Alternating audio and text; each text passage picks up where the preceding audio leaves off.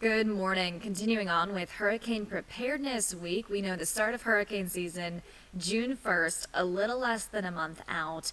But every single day this week, we are going to be covering a different topic to help get you prepared in advance. It's the best thing to do. And today's topic is all about developing an evacuation plan. This is so critical. We're going to walk you down the time frame and the best things you could possibly doing when it comes to your evacuation plan. First things first, you need to know if your property, if your household is within an evacuation zone. We'll show you how to do that. Also, plan your route out. No alternative routes. Follow evacuation orders implemented by local officials, and then plan for not only yourself, your entire household. That even includes your pets.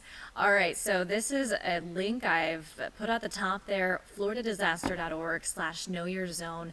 This is one of many resources. This is just the quickest way to find out, all right, is my home, is my household property within an evacuation zone? Of course, typically those areas close to the coastline, but also you'd be surprised perhaps at how far inland some of these evacuation zones can be as well. Lots of different factors going into these zones. Now, this site in particular will let you look up a particular county. The graphic I've pulled up as an example is Bay County on the left here, and you can see Zone A.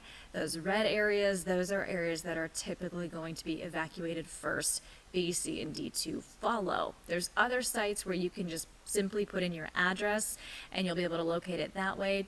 However you want to do it, just make sure you have that information readily available. What zone am I in, so that if local officials order an evacuation, you know whether that pertains to you or whether you might be next.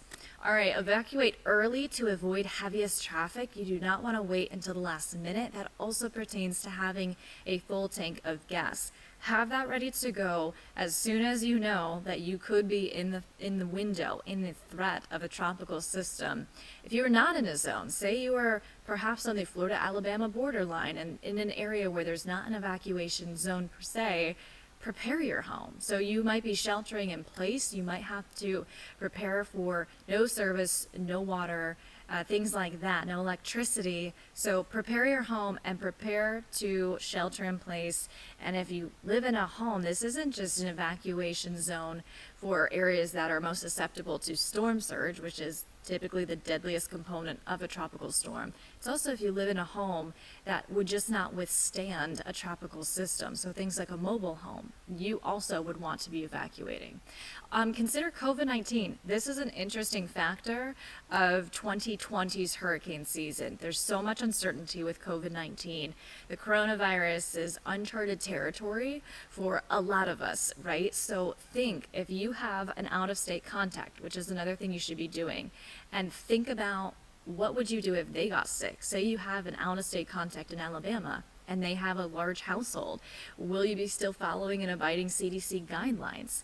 Of course, the more immediate threat would be the tropical storm headed your way, the hurricane headed your way, but these are things to keep in mind. Maybe you want a backup out-of-state contact just in case someone in that household that you're hoping to stay with has a case, they test positive, and you need to have a backup. All just interesting things going on with COVID-19. Another thing is we've seen from the coronavirus, the pandemic we've seen in prior hurricane season. You know how fast supplies can be raided in grocery stores. So that's why have a go bag with all your essentials ready to go way before hurricane season even starts, or at least long before you know that there's an immediate threat. Plan for the entire household. A lot of shelters, animal shelters, might only house emotional support animals. So have a plan not only for you, but for your dog, your cat, your pet as well. All right, last thing we're going to talk about is evacuation timing. This is the ready, set, go method. So 5 days out, 5 days or more, you know that you are in that cone potentially, or you could be in that window where you could be seeing a direct hit, or at least impacts, outer band impacts, things like that. This is when you want to put together and store the hurricane kit that you hopefully already have, but just put it together if you don't, and for the entire household.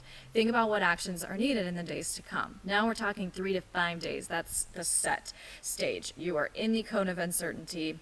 Activate your hurricane plan. that this is what you're preparing right now during this hurricane preparedness week. Prepare your property for this storm. Say you're not in an evacuation zone. Prepare your property for wind damage, flooding, etc., and evacuate, of course, if told by local officials to do so.